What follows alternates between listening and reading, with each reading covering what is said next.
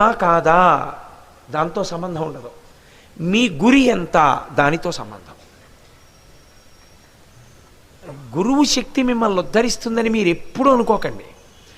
మీకు విశ్వాసం లేనప్పుడు మీ గురువు ఎంత శక్తివంతుడైనా మిమ్మల్ని కాపాడలేడు. విశ్వాసం ఉండాలి. గురువు అంటే గురువు అంటే బరువు, మీకన్నా ఆయన అధికుడు, మీరు లఘువు, నే చిన్నవాణ్ణి. ఆ విశ్వాసం మీకుందనుకోండి, నేను మీకు నిజం చెప్తున్నాను, ఎప్పుడూ మీకు గురువు యొక్క అనుగ్రహం ఈశ్వర స్వరూపంగా ప్రసరిస్తూ ఉంటుంది. అంగరక్ష కట్టబడి ఉంటారు మీరు. గురువుని అలా చూడడం మాత్రం రావాలి. గురుపాదములు ఫోటో తీసి పెట్టేసుకుంటే ఎలా ఉంటాయో అలా మీ మనసులో ముద్ర పడిపోయి ఉండాలి.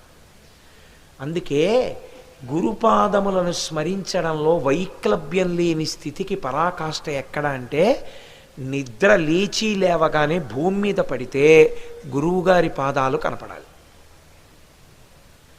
ఇప్పటికీ నేను మా గురువుగారి అనుగ్రహమే, నిద్ర లేచి లేవగానే నేల మీద పడి నమస్కారం చేస్తే మా గురువుగారు బ్రహ్మశ్రీ మల్లంపల్లి అమరేశ్వర ప్రసాద్ గారు, వారి భార్య గారు, మా గురుపత్ని గారు, ఇద్దరి పాదములు నా ముందు చూసుకుంటాను.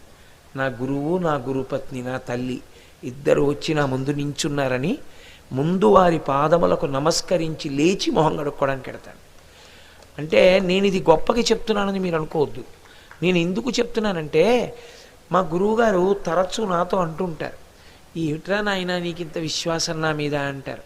నాకైతే పరమ విశ్వాసం, ఇంకంతా ఇంత కాదు, అచంచల విశ్వాసం. నిరంతరము నేను నా గురువు చేత రక్షింపబడుతున్నాను. ఇంక అందులో నాకు వడ్లగింజంత సందేహం లేదు. పరమ నమ్మకం నాకు. మా గురువు గారు ఉన్నారు, నేను ఎక్కడ ఉండనివ్వండి, నా గురువు ద్వారా నాకు రక్షణ కట్టబడుతూ ఉంటుంది, నాకు రక్షణ ప్రసరిస్తూ ఉంటుంది అని నా నమ్మకం. ఆ విశ్వాసము లేనినాడు గురుత్వము మీకేం ఉపకారం చేయదు. నోటితో గురువుగారు అని పిలవడం వల్ల వచ్చే ఉపయోగం ఏమి ఉండదు. విశ్వాసమే ప్రాతిపదిక. విశ్వాసమును పెంచుకోవాలి.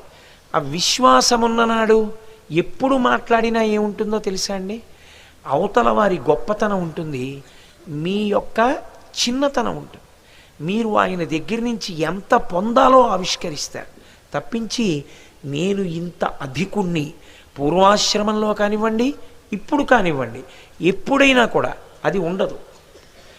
మీరు చూడండి, ఏదో ఒక విభూతి అంటుకుని ఉంటుంది మనిషికి.